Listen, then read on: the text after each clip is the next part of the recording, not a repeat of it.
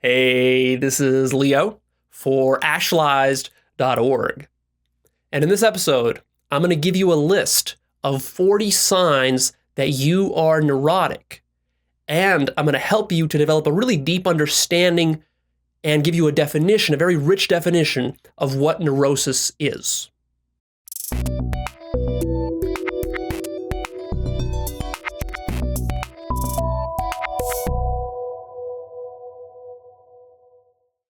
My sister-in-law, she once asked me, Leo, what do you mean by neurosis? You use that word a lot, neurosis, but what does it really mean? And that's a good question.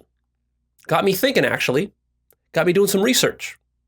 Because I do use that word a lot, and it's quickly becoming one of my favorite words in personal development work. Why? Because it goes straight to the heart of most matters and most problems that people have in life.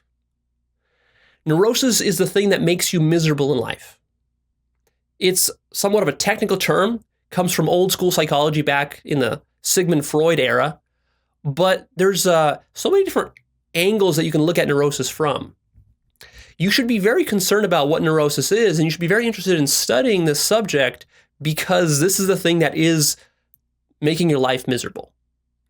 So here I'm going to give you a really rich definition of neurosis. You're going to get a really solid understanding by the end of this episode of what it is and how it works. But let's just start off right with the list. The 40 signs that you are neurotic. Here we go.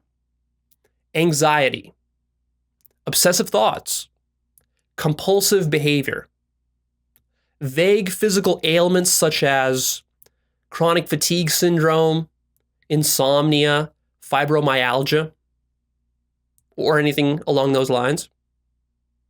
Depression, suicidal thoughts, anger or rage, social maladjustment. For example, if you're very, very shy or maladjusted socially in other ways. A history of dysfunctional relationships. Inability to work for whatever reason, whatever story or excuse you have for why you can't work and go make a paycheck. That's likely neurosis. Money problems, that's its own category. For example, you're wasting your money, or you don't have the ability to manage your money properly, or maybe the opposite, maybe you're tight-fisted, very thrifty with your money, like a Scrooge type of person. Addictions of all kinds. There are so many addictions you could potentially have. Virtually all of them are neurotically driven. Perfectionism. If you need everything done to the letter exactly how you want it, that's textbook neuroticism. Workaholism. Also an example of this. Stress. If you're stressed all the time. Lying. If you're a chronic and habitual liar, that's neurotically driven. Restlessness. If you can't sit still, if you're always agitated. Overeating. Phobias of all kinds and paranoia. Being easily offended and very touchy, sensitive, and defensive. Do you find yourself being offended by people all the time, or being offended by politicians, or being offended by religions, or being offended by violence, or whatever else goes on in the world? Constant criticism and blaming of other people. Constant criticism and blaming, especially of your family, your spouse, or your children. This is textbook neuroticism. Preaching and moralizing. How much of that do you do? Do you tell other people how to live their lives, especially maybe your children or your spouse? That's textbook neuroticism. Also, arguing and stubbornness. Do you find yourself in heated debates with people all the time, either at the dinner table or at work with coworkers or in some discussion forum on the internet or some comment section under a YouTube video? Well, that's all neurotically driven. Narcissism. Neediness and codependence in relationships. Like needing love, needing compliments, needing approval and validation, needing people to like you. Jealousy and envy. Are you constantly worried that your partner or spouse is going to cheat on you? Or you're envious of what your neighbor has, what kind of car he got, or how much money he earns, or maybe your coworkers? Guilt and shame. Oh man, this is a huge one. This is one of the biggest signs of neurosis, is when you're guilting yourself all the time. How about keeping secrets? Do you have some big secrets that you can't disclose to anybody? Like you got some skeletons in your closet? Well, that's classic neurosis.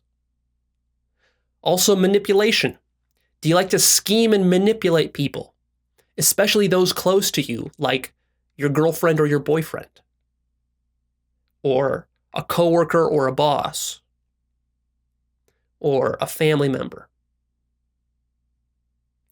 Having enemies. Do you have some enemies? Some people you really hate? Some people you just despise that just make you seethe with hatred? That's neurosis.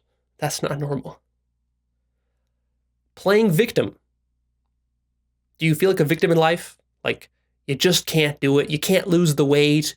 You can't quit your drinking problem. You can't get a raise. You can't improve your situation. You can't move to a new city because you have all these reasons and excuses for why you can't. That's neurosis. A stiff, rigid body.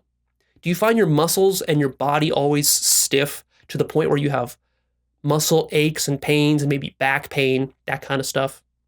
Are you finding yourself inflexible, like you can't bend down and touch your toes?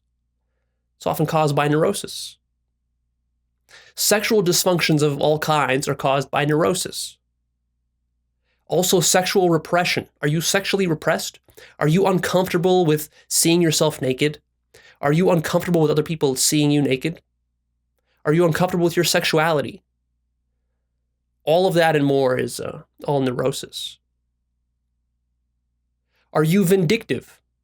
Do you like to get back at people? Do you like to plot against people when they've done you wrong? That's neurotic. Also, nihilism. Are you a nihilistic person? Like, do you believe that life is pointless and meaningless and everything is pointless because we're all going to die anyways? That's neurotic. Alcohol and drug addictions, of course, neurotic.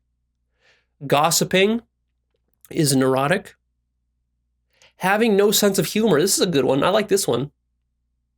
Most people don't think about this, but those people that are very anal, that take everything too seriously, they take themselves too seriously, take life too seriously. These are classic neurotic people.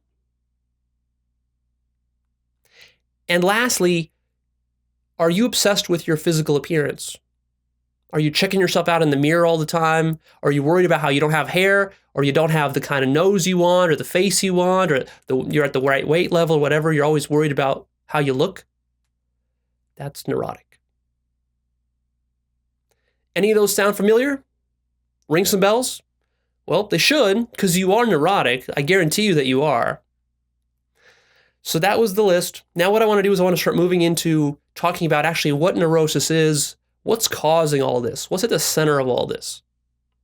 And I started doing some research, and I ran across some work by Alexander Lowen, who's a really brilliant psychologist, and he's a doctor, and he's done a lot of work in the field of psychotherapy. And he has some really interesting theories, some really deep. I was shocked by his in-depth discussions, very insightful discussions, very eye-opening discussions of what neurosis is. So what I want to do is I want to read you actually a couple of really juicy excerpts from some of his books. So here we go. Quote, he says, "The neurotic individual is in conflict with himself. Part of his being is trying to overcome another part. His ego is trying to master his body. His rational mind to control his feelings. His will to overcome his fears and anxieties. Though this conflict is largely unconscious, its effect is to deplete the person's energy and destroy his peace of mind. Neurosis is internal conflict. The neurotic character takes many forms, but all of them involve a struggle in the individual between what he is and what he believes he should be. Every neurotic individual is caught in this struggle. End quote. Sound familiar? Good. Let's keep going. I have another excerpt from him, which is real juicy. He says, quote, "Unable to face his pain and the anger to which it gives rise, the neurotic individual strives to overcome his fears, anxieties, hostilities, and anger. One part of him seeks to rise above another, which splits the unity of his being and destroys his integrity. The neurotic person struggles to win over himself. In this, of course, he must fail. Failure seems to mean submission to an unacceptable fate, but actually it amounts to self-acceptance, which makes change possible. To the degree that most people in Western culture are struggling to be different, they are neurotic. And since this is a fight one can't win, all who engage in this struggle will fail. Strangely, though, through acceptance of this failure, we become free of our neurosis." End quote. Sound familiar? Good. Let me give you one final snippet, which is real juicy. Listen to this. I love this. Quote, "Neurosis is not usually defined as fear of life, but that is what it is. The neurotic person is afraid to open his heart to love, afraid to reach out or strike out, afraid to be fully himself. More life or feeling than one is accustomed to is frightening to the person because it threatens to overwhelm his ego, to flood his boundaries, and to undermine his identity." End quote. Oh man, that last sentence is so important. Threatens to undermine your ego, to flood your boundaries, and to undermine your identity. That's what living a full life entails. And that's the thing that you're always trying to resist, because that's kind of the ego's job. So that was Alexander Lowen. Now what I want to do is I want to take this understanding of neurosis that we're developing and just kind of go deeper with it and give you a even richer definition by citing some other sources and then just giving you some of my perspectives on this. We're going to take a look at neurosis from multiple perspectives so that you can kind of see the intersection of all these different perspectives. It's quite powerful. Wikipedia has a really nice quote that I liked, and it said this. It defined neurosis as follows: "A distorted way of looking at the world and at oneself, which is determined by compulsive needs rather than a genuine interest in the world as it is." An interest in the world as it is, not as you need it to be. Really important. How many times do I tell people that you got to be detached in an intimate relationship? And then when someone hears about that, of course, what they retort with, the objection they have, is they say, well, but Leo, if I don't need to be in a relationship, why would I even be in a relationship at all? And that right there is just the epitome of neurosis, right? Because the assumption there is that if you don't need something, then you can't have it in your life, or it shouldn't be in your life, or you wouldn't want it in your life. It's like your whole life is run by needs and not by wants, which is really twisted. It's like you've been so neurotic for so long that you don't even know any other way of being. Kind of screwed up, don't you think? And that doesn't just apply to intimate relationships, it applies to all sorts of things in your life. Another definition of neurosis that I really like is from Brad Blanton. He's a psychologist and therapist. And he defines it this way, quote, "It is essentially a refusal to accept what is happening in the present. A neurotic is a person who incessantly demands that life be other than what it is." End quote. That's a really good one. Fundamentally, it's just a denial of reality, is what neurosis is. It's an excessive demand that things should be different than what they actually are. Reality should be this way, or it should be that way, or she should do this, or he should do that, or I should earn more money, or I shouldn't be sick, or my kids should be smarter, or they should get good grades, or something else in my life should be this way, or my shoes shouldn't be dirty, or the dog shouldn't be making a mess in the house, right? All of these shoulds. Everything should be this way. Taxes should be low, and government should give me all these benefits. And my boss should respect me, and people should like me, and I should be financially secure, and my retirement should be guaranteed, and my health care should be provided for. And my children shouldn't be endangered. And on and on and on this list goes. This list applies not only to reality, but also to yourself. And in fact, this is the biggest crime you commit right here. Is not just a denial of reality, but a denial of yourself, self-denial. Denying who you actually are and trying to be something else than what you are. This is called self-acceptance, right? It's a lack of self-acceptance. The neurotic person does not accept himself. This is completely unacceptable. It's unacceptable to accept stuff. This means disowning parts of himself. Vilifying parts of himself, like parts of him are evil, like lying is evil, and cheating is evil, and being mean to people is evil, and this and this and that. Notice that for the neurotic, not only are there certain positive ideals that should be in place, but there's also a strong resistance and vilification of the negative ideals. It is a problem when you have negative ideals, in a sense, like when you tell yourself that lying is evil and, murder is evil. It's the most horrific thing. Leo, how can you even consider the idea that murder is not evil? It's this kind of attitude. It's this kind of rigidity that this person takes on. Because see, this rigidity that you have, it's a way of being.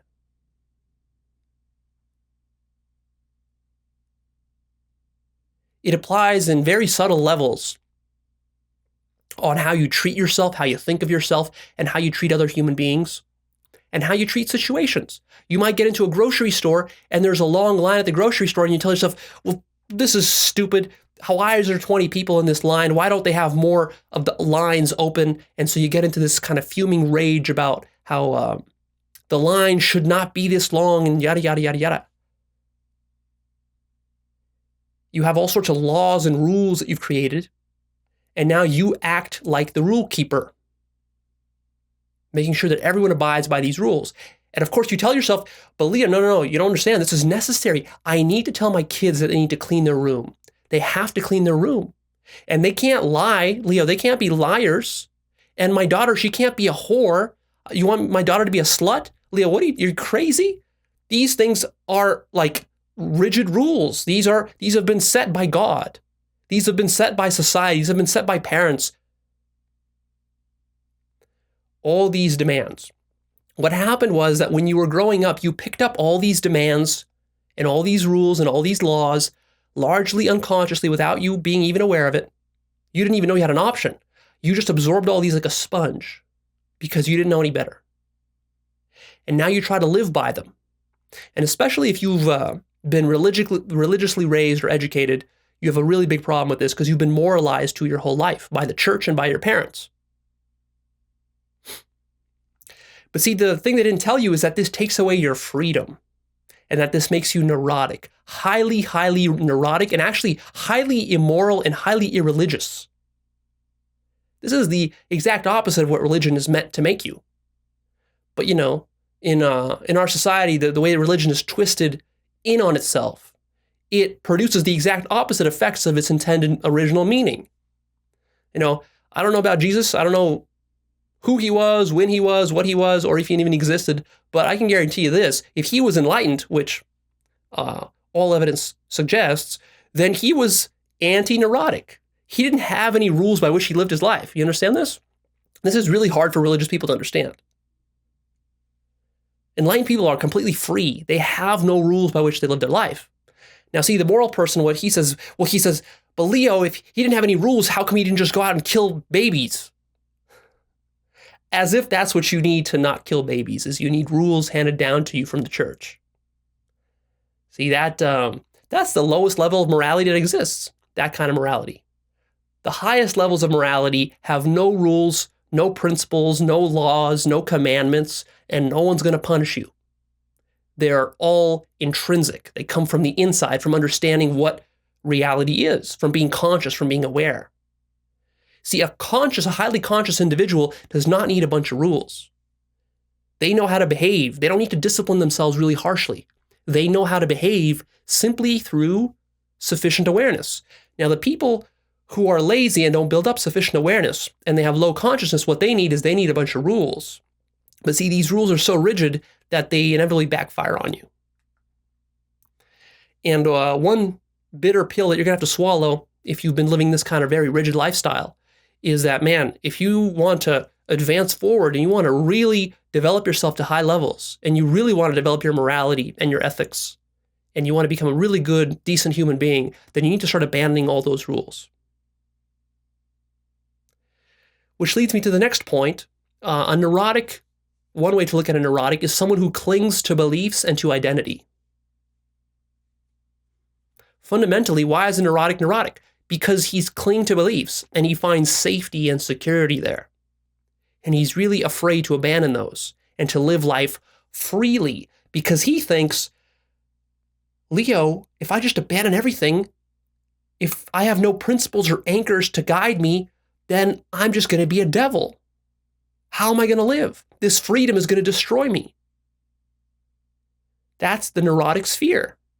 And so instead what he does, he becomes an ideological fundamentalist. And he has a certain dogma that he advocates, that he preaches to everybody else. He needs everybody to believe in his dogma, to not question his own dogma too much, because it's important. It's the truth. This is how it is. There are no alternatives. Why does he tell himself that and others? He tells others that as well.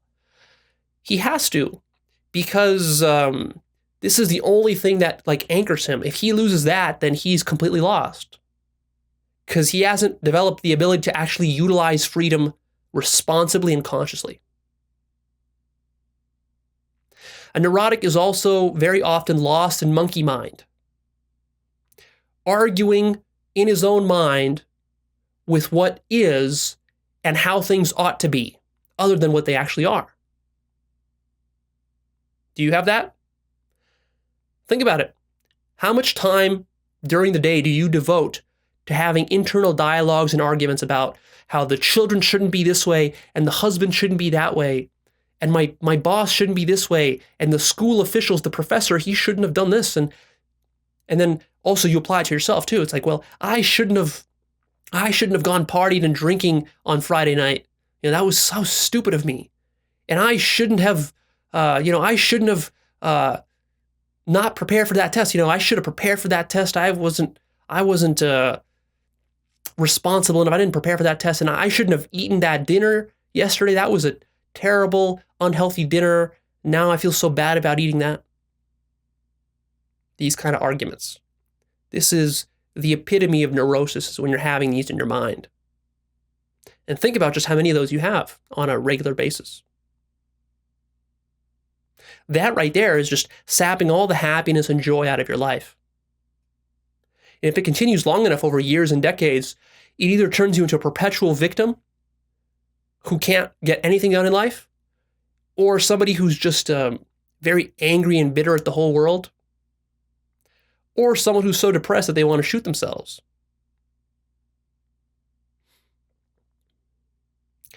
Another way to look at neurosis is emotional avoidance. Again, fundamentally, what you're doing, and the reason you're becoming neurotic, is because you're avoiding emotions. Why would you avoid emotions? Well, because emotions are hard to predict. You can't codify rules of emotions. Emotions just come. There's a loss of control with emotions, both the good emotions and the bad emotions.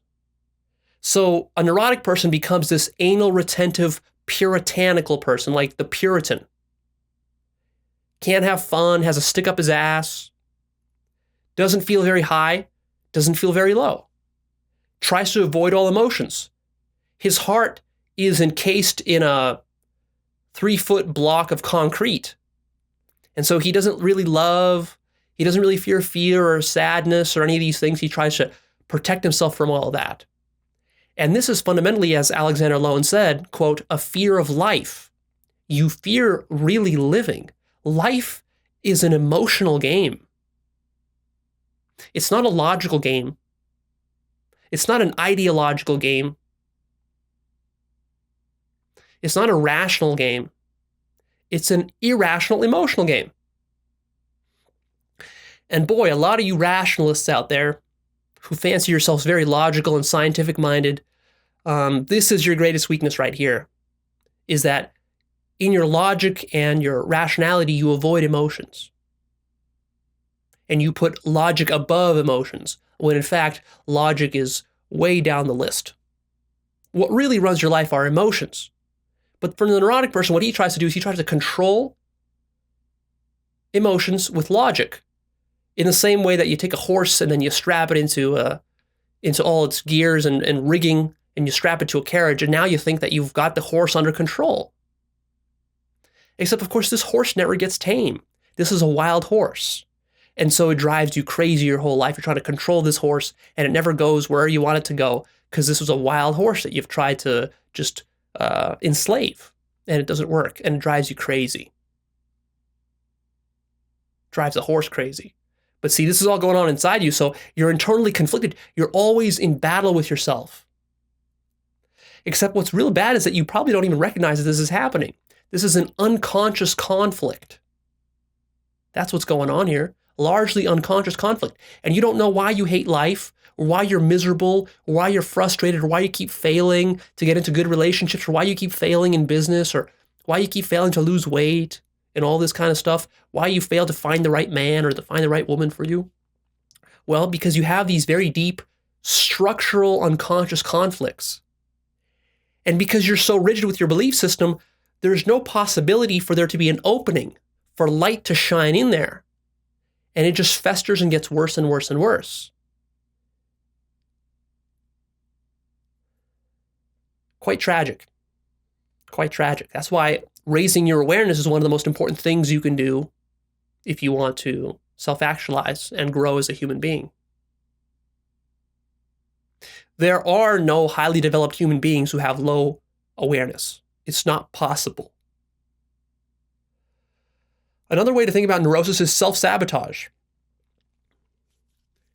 Are you frustrated with your self-sabotaging behavior? Maybe you're an artist and you self-sabotage your work. Or maybe you get into relationships or marriages and you sabotage those. And it's consistent, like there's a pattern of it. And what's really scary is that you can see the pattern happening.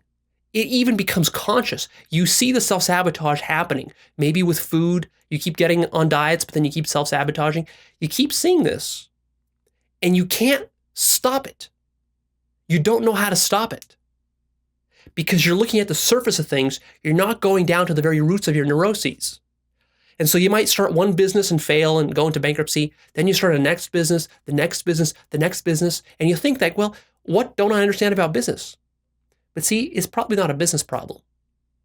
It's a problem that's much deeper in your psyche. It's a much more fundamental problem. Probably you're not accepting reality, you're not accepting yourself, and so on and so forth. And you get caught in these kind of vicious cycles of flailing around. You flail around in your relationship, and then you flail around some more in another one, and another one, and you just kind of flail around. You think something's going to happen, something's going to improve, but the more action you take, the more you self-sabotage. So action isn't the solution for you. You need to shine awareness into the problem rather than just blindly take action. And this is where a lot of neurotic people go wrong. And here's another perspective at which to look at and define neurosis. Neurosis can be seen as forced action. The neurotic person thinks he can use his will to brute force his way into the solution without understanding the deeper issues involved. He thinks that he can just use harsh self-discipline to accomplish the job and to live life. So anytime that you're not getting the results you want, as a neurotic, what you do is you say, okay, I'm buckling down even more. I'm going to apply even more willpower this time. This time I really mean it. And if I don't carry it through, I'm really going to stick it to myself. And so you develop this kind of self-flagellating, very harsh self-discipline. And this creates a rift inside of you. You break integrity with yourself because you develop this pattern of not being able to actually trust yourself. When you create a goal or you have a vision for something you want to accomplish in your life, you know you've got a history where you do not accomplish goals unless you beat yourself to death with fear and with guilt. And so you try to use this negative motivation to get to high places in life, and it doesn't work. It can work to some degree, but it only gets you so far. It doesn't get you to the really good stuff in life. You can't really self-actualize using that kind of approach. So action isn't always the solution. Sometimes requires turning inward. That's why you self-sabotage. That's why you can't change your patterns, is because you're trying to turn outward for outward solutions all the time. Well, you know what? The deepest solutions are inside you. And you don't know how to turn inside. Leo, how do I turn inside? What does that really mean? Well, that's why you're neurotic. That's why you're fucked up, because you don't know how. And that requires some real deep study. That's not something I can just explain to you in 5 minutes. I've shot over 100 hours of video on these topics, and I still feel like I've just started scratching the surface. This requires a real commitment to wanting to understand yourself, to find your authentic self, to love yourself. See, the fundamental problem with this harsh self-discipline approach is that you're not accepting yourself. You're not loving yourself. You're not being kind or compassionate to yourself. And then, of course, you can't be kind or compassionate or loving to other people if you can't be that way towards yourself. So that's another perspective for you right there. And finally, to kind of sum up this definition, 2 really easy ways to think about neurosis. When I say neurosis and I call someone neurotic, usually I just mean it as dysfunctional. Neurotic and dysfunctional I use quite synonymously, although there are some differences. But that's a good nutshell way to put it. And then perhaps my favorite nutshell for what neurosis is ass backwards. It's living life ass backwards. That's what you're doing. Rather than turning inward, you turn outward. Rather than accepting, you're rejecting. Rather than surrendering, you're always fighting. See, the most unacceptable thing to the neurotic is to actually surrender to truth, to surrender to reality, to surrender to what is. He can't accept that. That's unacceptable to him. It needs to be otherwise. And there's always, of course, good stories for why it needs to be otherwise and why, Leo, I can't believe you, and Leo, I can't do what you're saying because if I did, then XYZ would happen in my life. There's a lot of real good stories and lies in your mind about why this is. But those are the things that need to be really inspected with your awareness to get clarity and truth around it. So does all this sound familiar? Ringing some bells? I hope so, because you are neurotic. You are neurotic. You might wonder at this point, well, what's the opposite of neurosis? What's the alternative? Is everything neurotic? Is everyone neurotic? No, not everyone. A lot of people are, but not everyone, and it's not the only way to live life. There are alternatives. What's the opposite of neurosis? Well, I'm glad you asked. It's peace of mind. That's it, peace of mind. And what is peace of mind? Peace of mind is being happy with exactly what is. Not what you want, not what you think should be, but what is.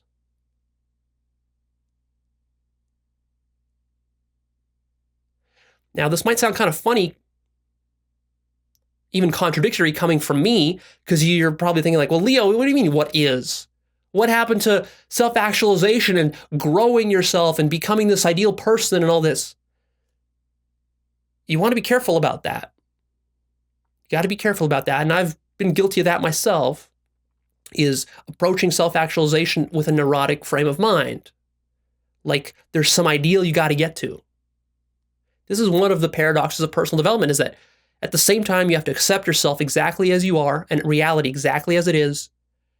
And then also, you got to be committed to growing and improving and getting more authentic, but not in a neurotic way. It can be difficult to swallow that, hard to reconcile that. It takes a while. It takes a lot of study to start to get your mind around that little brain twister right there. But let's get back to peace of mind. I don't want to get too far off track here. What you really secretly crave from life is you crave peace of mind.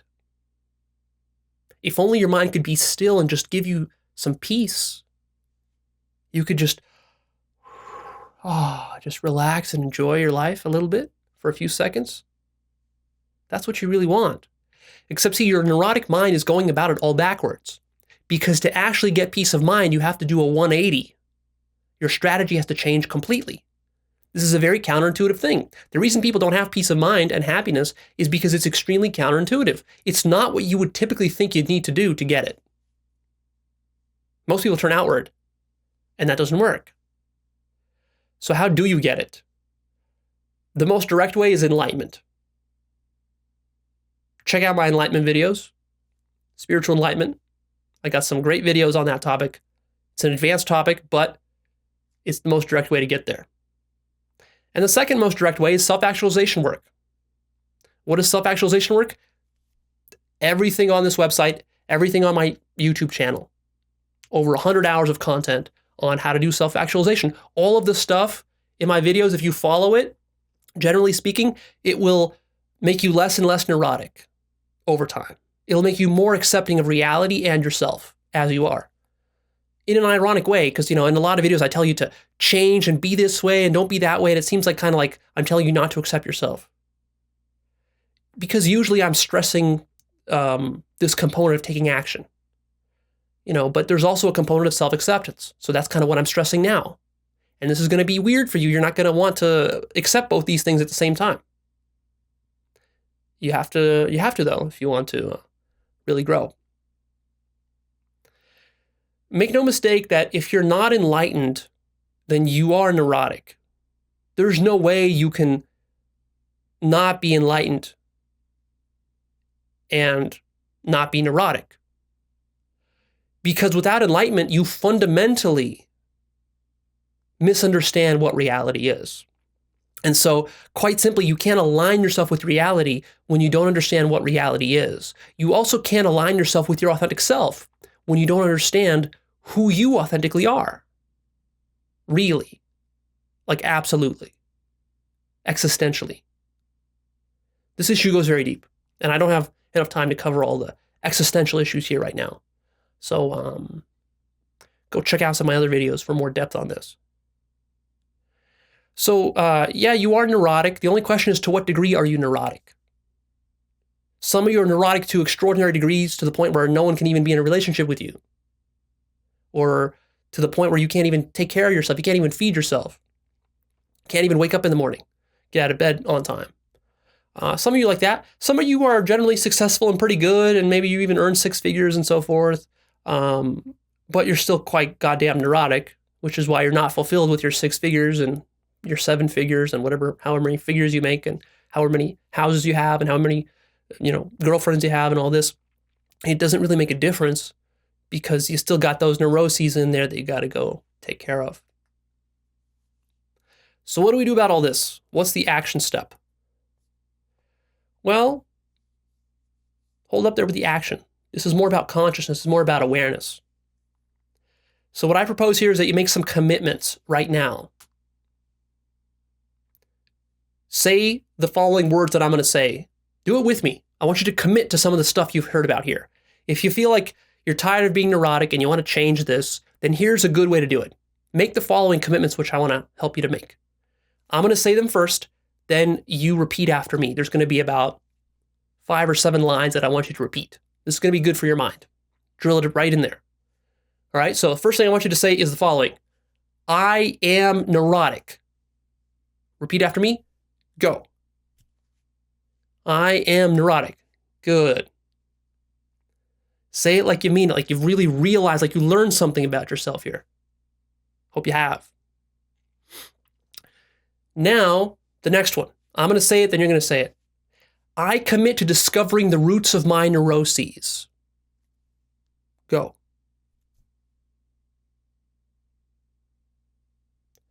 Good. Now the next one. I commit to aligning with empirical reality. Go.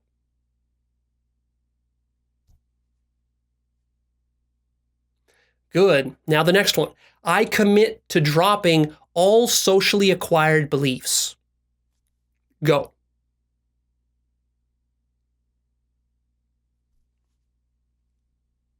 Good. Now the next one. I commit to being more open to all emotions. Go.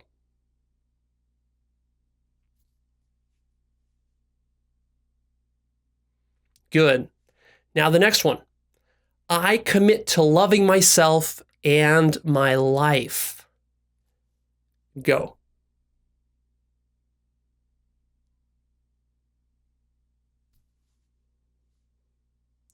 Good. Now the next one. I commit to dropping my should statements. My shoulds. All those things you tell yourself you should stop doing or you have to keep doing. Ready? Go.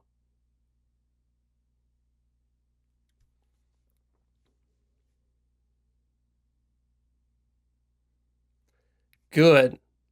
The next one. I commit to gradual self-improvement. Gradual is the key word. Ready? Go.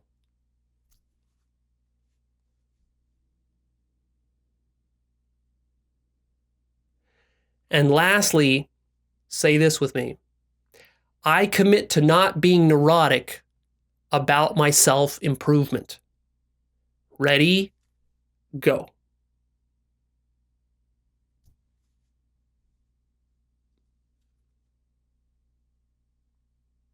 All right. Awesome. Good job.